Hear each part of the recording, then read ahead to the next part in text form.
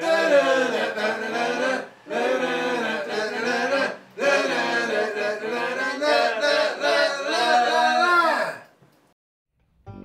there. Hiya. What's your name? My name is John A. Ah, John from the X Factor, right? That's right, that's me. What the hell happened? I got booted off, basically. I have no idea actually what happened, to be honest with you. I think the distracting dancers, from Simon's point of view, could have damaged my chances of staying on the show. So these distracting dancers, what the hell was it all about? Was that just Louis trying to be creative? Well, I was doing a rehearsal that day, and they were slotted into the performance. I don't know, I didn't really get to see it properly until afterwards, so I just assumed that it was looking great because I was still just so focused on doing a good job. And then I finished singing it. Thought, you know what, I had such a great time. I'm sure they did a great job. The backing singers did a great job. And then Simon decided to only say I was distracted by two dogs mating. To be fair, they did look like they were slotting into each other. There was some vigorous dancing there. So whose fault was it? I have no one to blame, to be honest with you. If you want to blame somebody, write into this show and tell me who's to blame. But at this point, you know, there's so many players in the game that, you know, I can only say I represented for what I could do best, and that was sing my tune and have fun. You're being very diplomatic there. So rather than blaming people, yeah. If I say some names, and we'll judge from your facial expressions. So John Adeleye. Maybe. Louis Walsh. Maybe. Brian Friedman. Maybe. Any more? Did you agree with the song choice?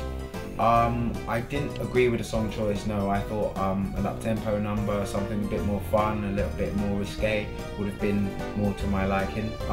But, you know, end of the day, it was what was chosen and I ran with it. So. And what about the kind of the saving yourself song at the end? Was that?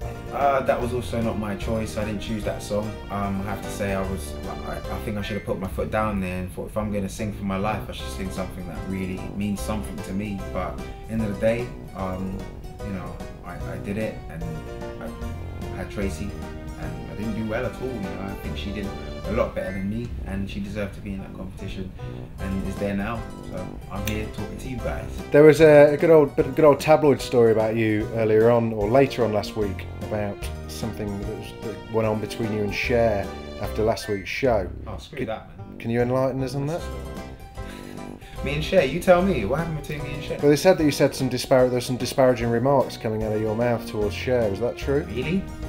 I didn't read that. Can you buy that paper for me and show me where that? I might have actually just heard that from someone on the show. Probably hearsay and whisper. Me and Cher, we're fine. I did actually say I would have liked it if me and Cher could have done a battle MC thing on the stage. That now I think would have been really cool. But it never happened. So. Do you think the fact that you, I guess, some of the public or some of the public perception of you was that you were maybe kind of came across as kind of boring? Do you think that was a fair comment? I don't think boring's a good word. I think not being shown on television is a good way to describe that. You know, but leading up to the live shows, you didn't see me. How many of you knew who I was? You saw 30 seconds per show. So, you know, I'm glad I got the opportunity, but at the same time, maybe not enough. I would have liked to have had a little feature just before, just to say, you know what, this is where I'm from, this is what I do. But if I was boring, maybe they thought they wouldn't show me. I don't know. You tell me. But on that same thing, do you think then that other kind of contestants that are on there maybe playing the game a bit better, and in order to get more airtime, as it were, they're giving more than just being able to. You can sing really well, and you're obviously a very nice fellow and stuff. But do you think that you need more than that nowadays to win something like X Factor? I think so. I mean, at the end of the day, I am too serious to play games. So maybe that just makes me boring. Oh, I don't know, but you know, I see it in a simple thing, like this is a competition, you know, and everybody's in it for their own reasons, you know what I mean? There's a few characters that are in it to get in the papers, there's a few characters that are in it to be credible artists, you know, and everybody. Which are which? Who's in it just to get in the papers? You kind of know who's doing that. I think Mary. Mary Boyd, yeah, she's the West. No, Mary's fine. Do you know who is in the papers that I think deserves a real break? Is Cher, because she's a young teenage girl. You know, she's got dreams and ambitions of being an incredible artist, but she's in the papers for different reasons, and I think she needs to be cut some slack and be allowed to develop. You know what I mean? Someone like Katie now, she's in the papers with all sorts, you know, and apparently looking over her shoulder before fainting in Topshop is now her new trick. So I always do that though when I'm in Topshop, to be fair. Mainly to get out of walking around with my wife. Which is funnier, a child falling over or an old woman farting? For me, it would be an old woman farting, but there's not much humour in that, because when it's all said and done, you would just want to leave the room and holding your nose. So. What song did you have planned for next week? I was planning to sing Killer by Adamski Seal. What, for Halloween week? For Halloween week, because it's Killer, right? It's just I see, right, okay. And I was gonna mix it with a little bit of Crazy. Niles Barkley was gonna take it up tempo, dance floor style, you know, far cry from the ballads, but. And was the mushroom haircut going to be even bigger next week? Oh yeah, there was gonna. It seems quite tame this morning. Yeah, there's gonna be a throw going on. This is my suit throw. Oh, okay. So I'm wearing a suit. I've got to get the suit throw. You need to have a silver foil suit in order for the throw to be in full effect. It was a silver disco ball suit actually. When was the last time you were sick through drinking? I've never been sick through drinking actually. I refuse to vomit due to alcohol. So. Are you one of the ones that just lies there for hours with the room spinning, thinking I can beat this?